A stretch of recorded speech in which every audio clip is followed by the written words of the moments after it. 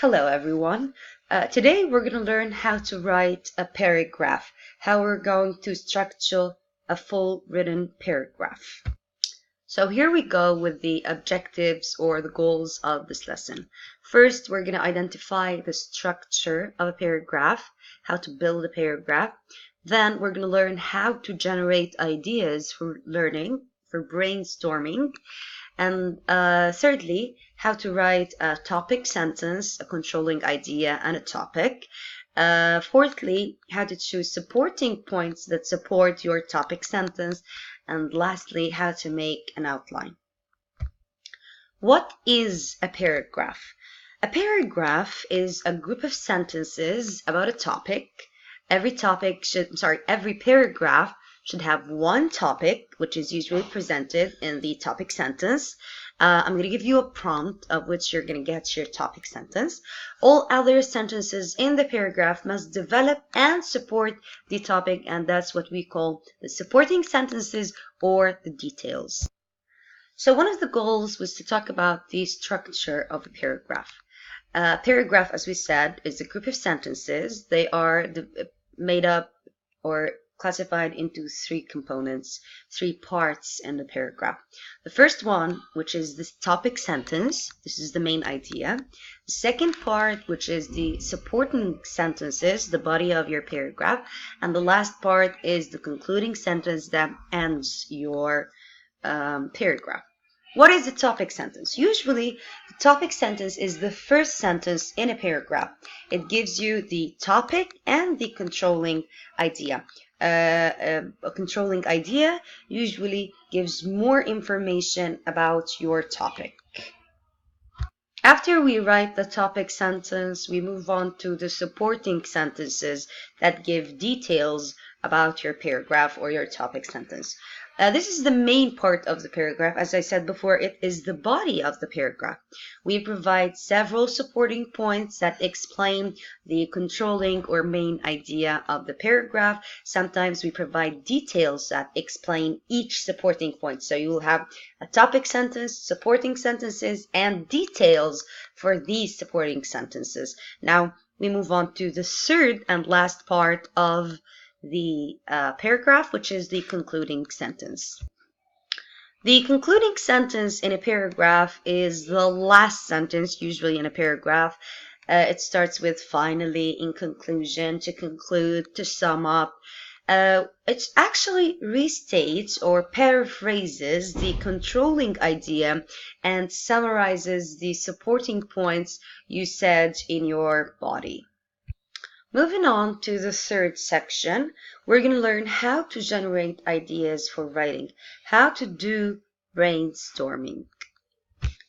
So the first way to brainstorm ideas for your paragraph is actually listing. So here's my topic, reasons for going to university. To brainstorm ideas, I make a list, like number 1, to study a particular subject. Number 2, to get a good job in the future. Number 3, to make friends. Number 4, to join a club. Now in this part, I might repeat ideas. I might add ideas that are not related. That's not a problem. I'm only brainstorming to get to my body of the paragraph, to get to my to the theme of my paragraph. So no problem, just write anything you feel could be a good answer. At this point, it's okay to write irrelevant, incomplete ideas, fragments, whatever you want, just to make a list of ideas that will help you form your paragraph. The second way to brainstorm ideas for your paragraph is to make a mind map. Mind mapping is very useful for organizing ideas, whether you were writing a paragraph or you were writing an essay. It helps you come up with ideas and at the same time classify them or relate them to each other. So you can see in the main bubble, we wrote reasons for going to university, and the sub parts we made, like for example, to make friends in this part. So to make friends, you're going to be in a new class, you're going to meet them in clubs, you're going to meet them in like tennis clubs. So you're branching out from your main idea, which is to make friends. The same way here, to study a particular subject. This is a reason for going to university, to graduate school. Now, to study a particular subject, this brings you off into don't have to study what I don't like. And going also means that you could have interesting classes and you're going to have knowledgeable professors. Now, do I have to relate all ideas or use all of them in paragraphs? Absolutely not. But this mind map will surely guide you into your topic sentence and into your supporting ideas, and it will save you so much time once you start writing. The third way, and one of my favorite ways, is using free writing. Free writing means you actually hold your pen and you write whatever comes into your mind. You can talk about anything in your mind, relevant, irrelevant. You're going to use it, you're not going to use it. This is what you do to guide yourself into the perfect topic sentence and the relevant and related supporting ideas. I find this way very useful to write down any ideas that come into your mind, and then you're going to classify them, rearrange them, and to make them into a complete outline. It's very useful. I recommend it. Whether you use listing, mind mapping, free writing, they're all useful. Just find your true call. Now let's come to the last part. You've read your prompt very well. You thought of your topic. You brainstormed ideas, whether using listing, whether you used mind mapping or free writing, and you came up with your 3 parts. It's now time to organize them, to sort them out, to classify them into 3 parts. The first part is the topic. Now, the topic of our paragraph we've been working on is reasons for going to university. Now, this topic can be divided into 3 controlling ideas. The first one is reasons vary. Like, for example, the topic sentence would be, after graduating from high school, many students go on to university, but their reasons for entering higher education vary. So this is like to include the most important reasons. Now, the second controlling idea would be the second reason will help them in their future career. How can you support this idea? After graduating from high school, many students go on to university because it will help their future career. Now, you can add details to that. Now, the third and last part is reason 3 for non-academic reasons, such as making friends. And here it would be very useful to include examples in your details, in your supporting ideas. So here you have 3 possible paragraphs that you can use. Just start with the one that you feel like, hey, I can write a lot about this. I have a lot of knowledge in this particular topic sentence, and go ahead.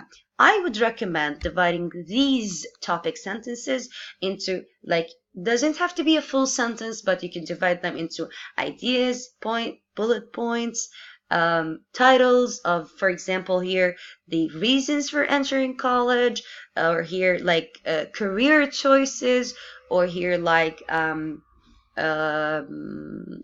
non-academic reasons for studying. Now, here are some examples of topic sentences. Number 1, people can avoid plagiarizing by taking certain precautions. So my topic is the main subject matter, or the main idea I'm covering in my paragraph is plagiarizing. Now, what is my controlling idea? What am I focusing on? What am I providing direction to? It's the precautions that can help you stop or avoid plagiarizing. Number 2, there are several advantages to online education. So my main idea is online education. What am I focusing on about online education is the advantages of it. The third one is effective leadership requires specific qualities that anyone can develop. So my main idea, my topic is effective leadership. But what is my controlling idea? It is the qualities that you can develop throughout effective leadership. After you state your topic sentence, you need to provide information to prove, illustrate, clarify, and exemplify your point. You need to ask yourself these questions. What examples can I use to support my point? These are my supporting details. What information can I provide to help clarify my thoughts? How can I support my point with specific data, experiences, or other factual material? What information does the reader need to know in order to see my facts, details, reasons, examples I can use to support my idea, information from the readings or class discussions I'm using, paraphrases or short quotations, statistics, polls, percentages, data from research studies, personal experience, stories, anecdotes, examples from your life can all help you develop a perfect paragraph.